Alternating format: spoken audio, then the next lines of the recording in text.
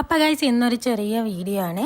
ഞാൻ അന്ന് അടുക്കളയുടെ വീഡിയോ ഇട്ട സമയത്ത് ഒരു കമന്റ് വന്നിട്ടുണ്ടായിരുന്നു, അടുക്കളയുടെ ഫുൾ വീഡിയോ ചെയ്യുക എന്നുള്ളത്. ഇതാണ് കേട്ടോ, നമ്മുടെ വീടിന്റെ വലതുവശത്തായിട്ട് ഒരു ഷീറ്റ് ഇട്ടിട്ട് റൂം എടുത്തിരിക്കുകയാണ്. റൂമൊന്നും ഇതിനെ പറയാൻ പറ്റില്ല കേട്ടാ, പാറപ്പൊടി കഴിഞ്ഞ് അതാണ് ബാക്കി തേക്കാത്തത്. ഇതിന്റെ ഉള്ളിലായിട്ട് കുറച്ച് വിറക് അടുക്കി വെച്ചിട്ടുണ്ട്, അതുപോലെ തന്നെ ചോറ് വെക്കാനായിട്ട് ഒരു സ്പേസും വെച്ചിട്ടുണ്ട് കേട്ടോ. തൊടിയിൽ ഇഷ്ടംപോലെ വിറകുള്ളത് കൊണ്ട് തന്നെ ഇതിന്റെ ഉള്ളിലാണ് അടുക്കി പെറുക്കി വെച്ചിരിക്കുന്നത്.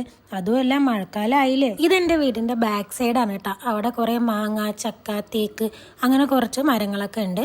ഇത് നമ്മൾ യൂസ് ചെയ്യുന്ന കിണറാണ്. അപ്പൊ പുറത്ത് അടുക്കള എടുത്തിരിക്കുന്നത് വലുതായിട്ട് കുക്കിംഗ് ഒന്നും അവിടെ ഇല്ല, ചോറ് മാത്രമേ വെക്കുള്ളൂ, പിന്നെ വെള്ളം ചൂടാക്കുക അങ്ങനത്തെ പരിപാടിയൊക്കെ ഉള്ളൂ കേട്ടോ. അപ്പൊ ഗൈസ് ഇത് കൂടാതെ ഒരു കാര്യം കൂടി ഇന്ന് നടക്കും കേട്ടോ. അതെന്താ അറിയോ, അത് ഞാൻ വഴിയെ പറയാം. ഇത് കണ്ട, ഇന്ന് KSEB ആള് വന്നിട്ട് ചെടിയൊക്കെ വലിച്ചിട്ടിട്ട് പോയിരിക്കുകയാണ്. അപ്പൊ പറഞ്ഞു വന്നത് എന്താന്ന് വെച്ചാല്, ഞാൻ നേരത്തെ പറഞ്ഞില്ലേ ഗൈസ് ഒരു കാര്യം ഉണ്ട് എന്നുള്ളത്.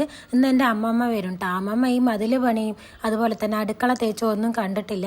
അപ്പൊ ആള് വന്നിട്ട് നല്ല പൊലിവില് നിൽക്കുകയാണ്. എന്റെ അമ്മയാണെങ്കിലോ അവിടെ കിടന്ന് മെയിൻ ആവുകയാണ് കേട്ടോ. സംഭവം മതില് പണി കഴിഞ്ഞിട്ട് ഗേറ്റ് വെച്ചതിന് ശേഷം ഒരാഴ്ച തുറക്കാൻ പാടില്ല.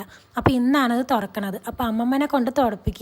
അമ്മമ്മന്റെ അമ്മന്റെയും സന്തോഷം കണ്ടില്ലേ. കുഞ്ഞു മക്കളെ പുതിയ യൂണിഫോം ഒക്കെ ഇട്ടിട്ട് സ്കൂളിലേക്ക് പോണ ഒരു കാഴ്ചയില്ലേ, അങ്ങനെ ഒരു ഇതാണ് കേട്ടോ എനിക്കിപ്പോ തോന്നിയത്. അപ്പൊ നിങ്ങളെ വിചാരിക്കും ഒരു മതില് കെട്ടിയതിനൊക്കെ ഇത്രയൊക്കെ കാണിച്ചു കൂട്ടണം എന്നുള്ളത്. എന്റെ അമ്മമ്മ ഒരുപാട് കഷ്ടപ്പെട്ടിട്ടാണ് എന്റെ അമ്മനെയും അമ്മന്റെ അനിയത്തിമാരെയൊക്കെ വളർത്തിയിട്ടുണ്ടായിരുന്നത്. ഇരിക്കാൻ ഒരു വീട് പോയിട്ട് 3 നേരം ഭക്ഷണത്തിന് പോലെ എന്റെ അമ്മമ്മ ഒരുപാട് കഷ്ടപ്പെട്ടിട്ടുണ്ടെന്ന് എന്റെ അമ്മ പറഞ്ഞു കേട്ടിട്ടുണ്ട്. 16-ാം വയസ്സിൽ കല്യാണം കഴിച്ച് പോകുമ്പോ അമ്മമ്മയ്ക്ക് എന്ത് ചെയ്യണം ഏത് ചെയ്യണം എന്ന് അറിയില്ല. കിട്ടുന്ന പണിക്കൊക്കെ പോയിട്ടാണ് എന്റെ അമ്മമ്മന്റെ 4 മക്കളെയും കെട്ടിച്ചയച്ചത്. അത് മാത്രമല്ല കേട്ടോ, ഇപ്പോഴും നല്ല ആരോഗ്യത്തോടെ തന്നെ എന്റെ അമ്മമ്മ ഇരിക്കും. അതുകൊണ്ട് തന്നെ ഇതൊക്കെ വലിയ കാര്യമാണ് കേട്ടോ. എന്റെ അമ്മമ്മയ്ക്ക് വന്നപ്പോ തൊട്ട് അവിടെ ഫുള്ള് നോക്ക് തന്നെയായിരുന്നു. ഇവരെയൊക്കെ നമുക്ക് ഇങ്ങനെയല്ലേ സന്തോഷിപ്പിക്കാൻ പറ്റുള്ളൂ. അപ്പൊ ഇന്നത്രയേ ഉള്ളൂ കേട്ടോ, ബാക്കി നാളെ.